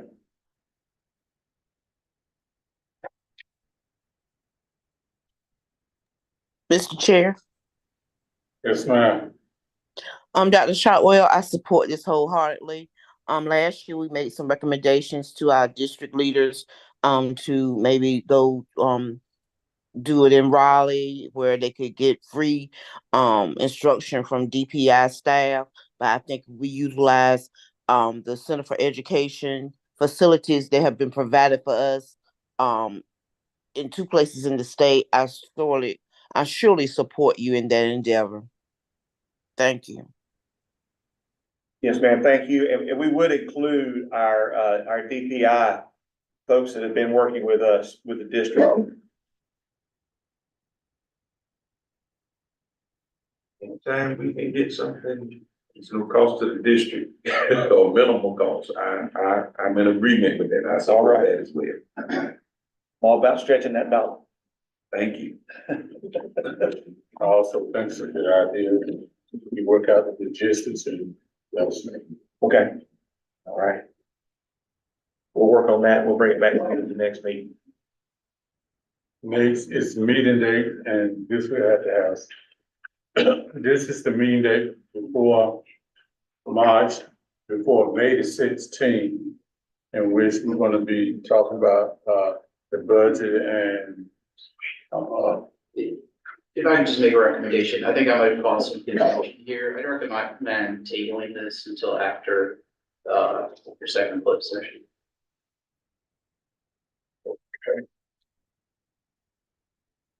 all right, then we move the supplemental bonus, supplemental. There would need to be a motion to table, if that's something that. A motion to table, meeting date.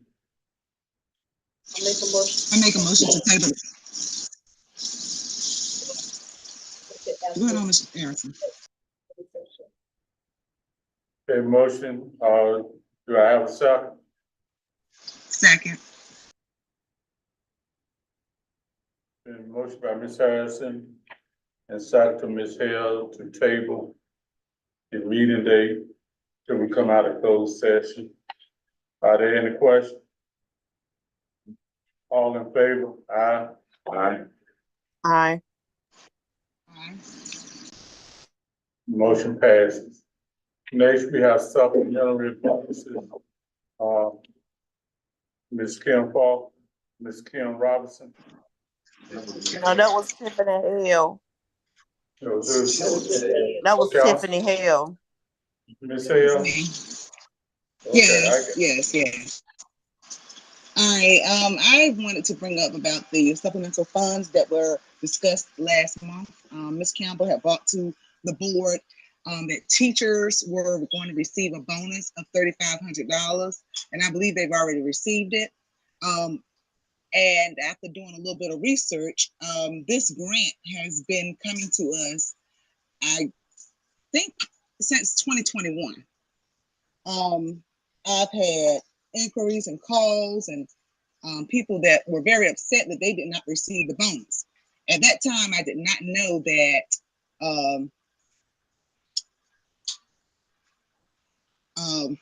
counselors receive the bonuses as well. as well as social workers, and I believe that's and CTE, I believe. But we weren't. Well, I wasn't pertinent to the information from the last meeting. All I remember last meeting was that the teachers were receiving the bonus. And I later found out that other individuals received the bonus as well, which I have no problem with that. The thing I want to discuss was that not all teachers receive bonuses. And I want to know, how did the funding or the formula for funding to give the teachers the bonus, how did that come about? Because as I read the guidance from the state, the board, I believe, should have been a part of coming up with the formula for the teachers to receive the bonus. And also, administrators were also listed in this guidance to give out the bonus. The second thing is there were 2 teachers I know that were left out, and they were the pre-K teachers, which I do understand that pre-K is not funded through the state. But at the same time, we want to be fair with everyone. And if there's some monies available that we could allot to these teachers and to these administrators, I would like to see if we could find some money from somewhere so that we can let them know that they are appreciated as well, because they are listed in the general requirements for this grant. Well, not the grant, for the supplemental funds that were given out from the state. Mr. Chair, Yes, ma'am. in my research of the guidance as well, I concur with Ms. Hale. The board was supposed to be able to, that was supposed to come to our board first. We could have made decisions to make sure that all teachers received it, and we could have lowered the amount or found funds from other places. But as far as I know, we didn't have any part in making any decisions regarding this these supplemental funds that came from the state. And that should have come before the board. So hopefully, Dr. Shotwell can do some research with finance and find out how it was done and bring that back to us, so we'll know what took place and how much was given, and the guidance needs to be reviewed with the board as well. And also the full allotment amount. Exactly. Brother Sykes. I think Ms. Hale just said it. I wanted to know, was the amount 3,500 or higher? Because I've seen that the amount was higher than what the teachers that did get it. That was awarded to us, that, was talked about, that supplemental bonus. I've seen it, that it was higher. I want to make sure that it was that particular bonus. So in addition to that, Dr. Shotwell, if you would, I want to make sure that the amount was $3,500 or was it higher? Because I received the same calls and same sentiments from a lot of persons in the district. This is Jason, board attorney. I don't have any background on this particular issue, but I heard references to a grant. Are these bonuses that were a part of a state budget or an actual? Okay, these are the budgetary bonuses. Yeah. Okay.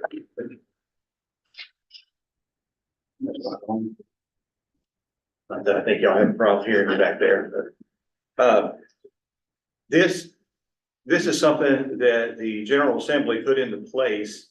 I want to say approximately 4 years ago. It was a way to help with really a teaching supplement to retain people in our more rural counties. Because Guilford, Mecklenburg, all the big ones, they either at zero or it's a very, very small amount. It was really generated for small districts like Weldon and the rural districts. And what they do, there's a formula that they use to divvy out to the different LEAs. And in that, it will tell you that you, one, can't supplant this money with a local supplement. So if you were paying a local supplement, you can't supplant it with this, because people have gotten in trouble with that. That did not apply to us, so we're okay. But what it does do, it's very specific in terms of the people that are able to receive it. There are time requirements and things, and it has been brought to my attention that some folks that might have left us in the middle of the year or after the middle of the year started received the bonus. I gotta find this out. But I can tell you specifically that the money can only be spent for teachers that are typically paid out of the teacher allotment, the instructional coach allotment, the school psychologist allotment, and then 007, which is the counselors. Actually, 004 is for like PE teachers, enhancement teachers. And it's very specific, and it's only for people that are getting paid from state funds.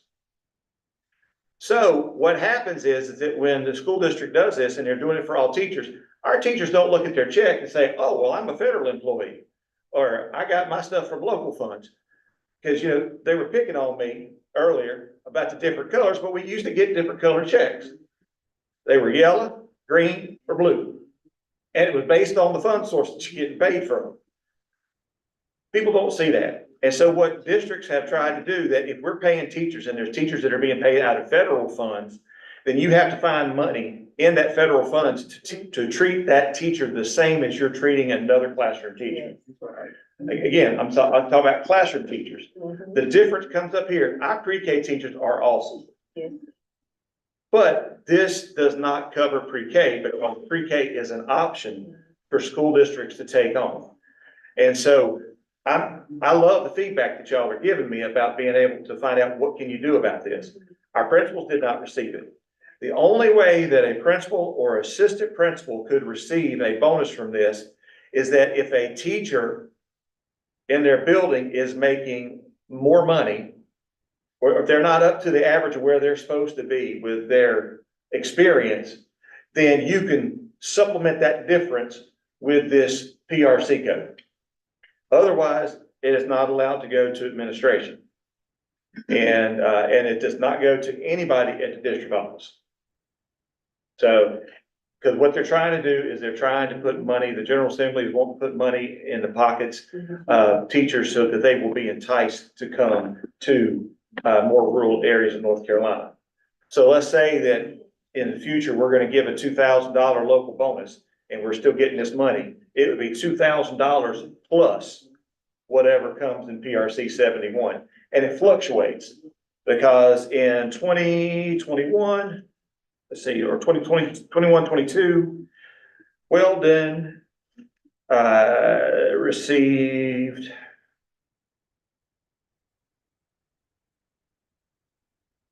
$126,987. And it also says the maximum that we could pay a teacher in our district is $1,890. Now that's previous. The amount has increased of what they give. It's also based on poverty and tier status of your county. And so they've added more money to this over the years. And that's why, you know, even though this is old guidance, it at least gives you an idea of why we have what we have.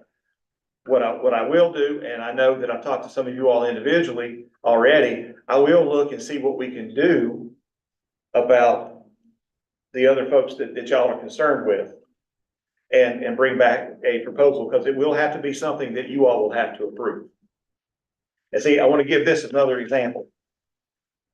This, even though what you did for me with a temporary increase, even if the amount of money might only be $11,000 to fill all in the gaps that you're asking me to do, that's not my job.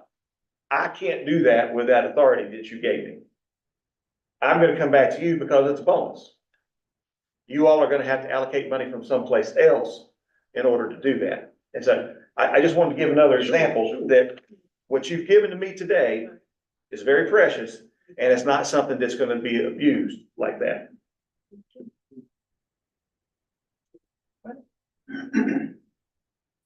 Okay, any other questions or comments? So Dr. Shotwell, I do have another comment. Mr. Williams. So with that, can we also add that also to our agenda because it looked like it's going to be a reoccurring thing, a yearly thing from now on, and it's been since 2021. Is there any way we can set a policy for our district, for our board to set a policy to work these things out beforehand, before, it comes down the pipeline again for next school year? Well, I'll be honest with you, with the way the general requirements are written for the guidance for this, we'll have to bring you a proposal anyway. So it's no need to add anything to an existing policy. I will just say, for me, I will be leaving copious notes on this very subject, because there's two things in the world that people get very upset about. If you talk about their children or you mess with their money. You can talk about their car, but they're not gonna get mad as they do about money and kids. And so I think what we need to do, I need to do some research and see how this has been done, because it's been given out in the past. And so what happened this year that's different from the previous years that we've done this? Well, Dr. Shotwell, Ms. Williams, I think the main thing, and I know you're hearing this, it doesn't come before the board for board input. It's presented to the board, this is what the state gave, so this is the amount that we can do. And that's all we hear. The board doesn't have any input. I'm just being transparent. I'll have to research this, but I think if you wanted to vary by the number of years that you're in the district, but again, if you hit a max on that, right, with a teacher and you're giving a lower amount to a different group of teachers, if you've got money left over, we can't transfer it to another PRC. We can't transfer it to Restart. It would just simply go back to the state. Right. That's the give and take. Right. But I do think you all given a fair warning of what's coming, because anytime somebody gets paid, y'all gonna get called. Right. Just like on payday, our payroll folks get that call if something's wrong. I try to stay away from them for 2 days after people get paid, because somebody's calling about something. And this is one of those things. And it's definitely something that we need to bring back into May. And one other thing, Mr. Williams, because that's a bonus, was it supposed to be taxed? Like, the retirement, the insurance, if I'm not all of that. If I am not mistaken, these funds are subject to retirement, yes. But I'm saying the medical insurance. No, the medical insurance won't come out of that, because that's a flat rate that we take already. So it would be the retirement match. And right now it's 25.4%. Right. Yeah, and it also says in the guidance that this money may vary from year to year. Yeah, I get the variation, but I want you to check that out as well. So to see what. So the advantage to that is, if I am a teacher thinking about being in my last 4 years, and this money keeps increasing, what that means is that my annual compensation average is gonna be higher. Right. Because this does count. Because there has been bonus money given to teachers and state employees before, and it does not count. Right. In your retirement calculations. Right. And it also says, Dr. Shotwell, that it is up to the local school board to determine which specific positions, regardless of funding source, that are to be provided the salary supplements. Right. That's what I was saying about that the board didn't have any input. Yeah. It's like this, I can definitely see what you're asking about the administrators and the pre-K teachers, because all the other teachers should have been taken care of either by this state fund because of that, right, or they were taken care of in the fund source that they're being paid from. Because they're very specific in here that PRC 071 may not be used to provide supplements to central office employees or non-certified employees. So, they're really targeting the people that are actually with the kids each and every day. But to your point, It does, because the first bullet under general requirement says, the local board of education is responsible for determining the distribution of the local supplement within the confines of the legislation and the amount that you're issued to your district. Right. Okay. I got a lot of homework. That was Okay, all. this- That, Go ahead, Ms. Roberts. I know, I was saying that was all. This is Ms. Hale. That was all I had to say. Okay, thank you, Ms. Robinson. Ms. Hale. That was Miss Hale. We sound that much alike. Point of order, Ms. Gupton, please let Ms. Bird Robinson back into the meeting. Okay, thank y'all. Thank you. Okay, next we have the consent agenda. A motion to accept the consent agenda. Question, did we receive, I saw the robotics grant, but I didn't see the CTE Summer Accelerator. Did anybody else see that?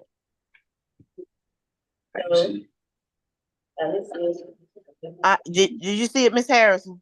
I did. No. I didn't either. Okay. I saw the robotics grant, but I did not see the CTE Summer Accelerator.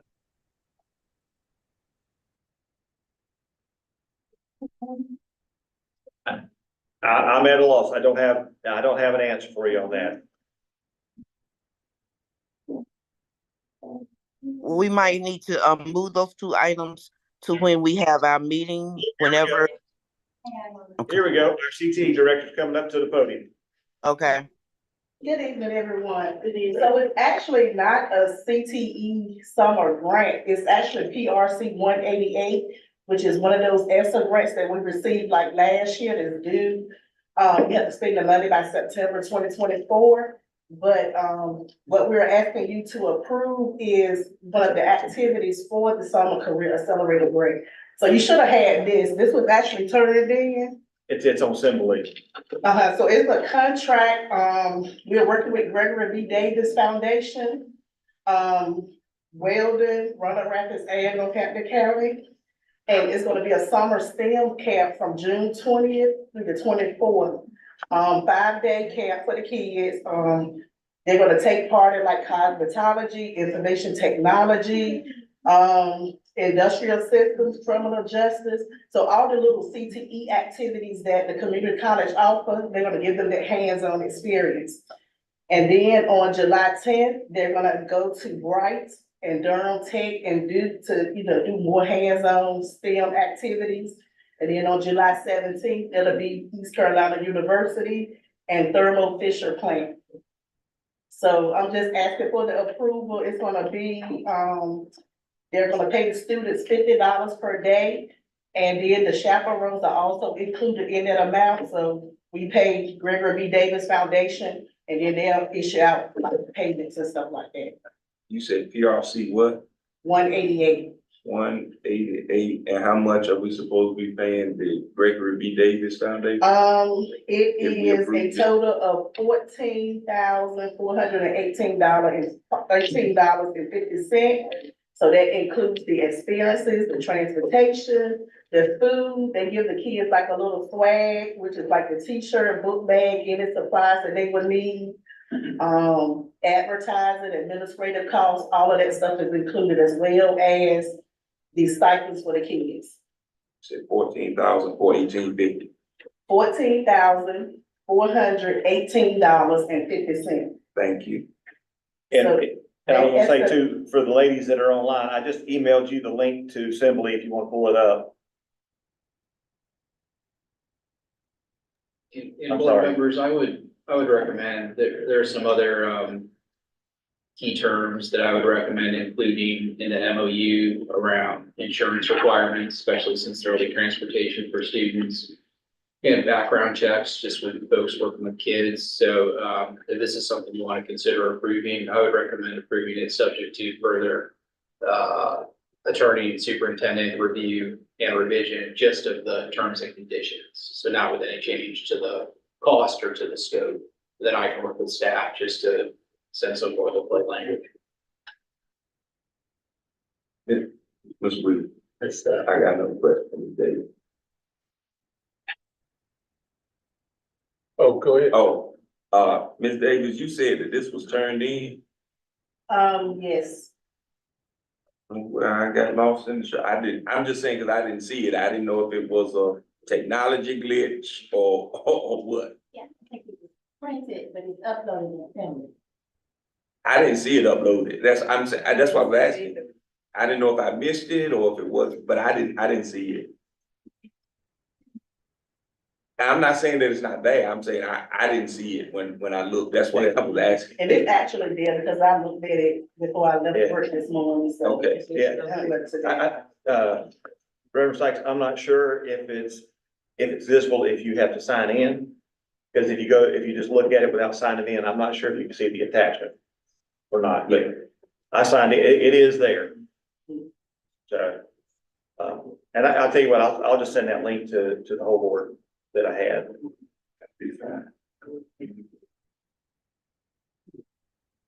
So, Ms. Williams, do we have to vote on these separately since attorney advised us the language or jargon that we need to use as far as that particular request is concerned? Well, we can vote on it and then just say subject to Turner Weber, background check and whatever you say.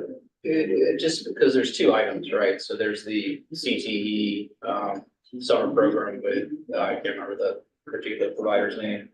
And then there's the separate grant. Are you requesting approval of the grant as well? Approval of the experience, because the grant has already been approved. Right, so, I mean, you could split them up. You could also just ask for a motion to approve the items on consent with the understanding that the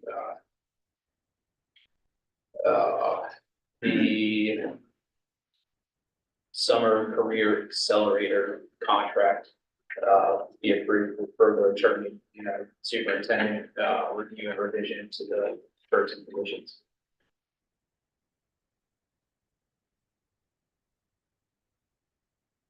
Motion to approve what the attorney said. I almost repeated all tonight. Second. There's been a motion by Reverend Sykes, second by Ms. Robinson, that consent agenda bill. That was Ms. Hayes. Y'all put your picture up. Sorry about that, but it just sounded distorted to me. Sorry about that.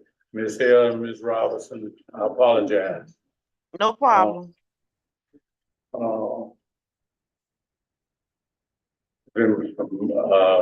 Motion, any question? All in favor, aye? Aye. Aye. Motion passes. Okay, at this time, motion to go back into closed session. I'll make a motion that we go back into closed session. The motion by Ms. Harris and second by Ms. Jenkins to go back into closed session. Are there any questions? All in favor, aye? Aye. Motion carried.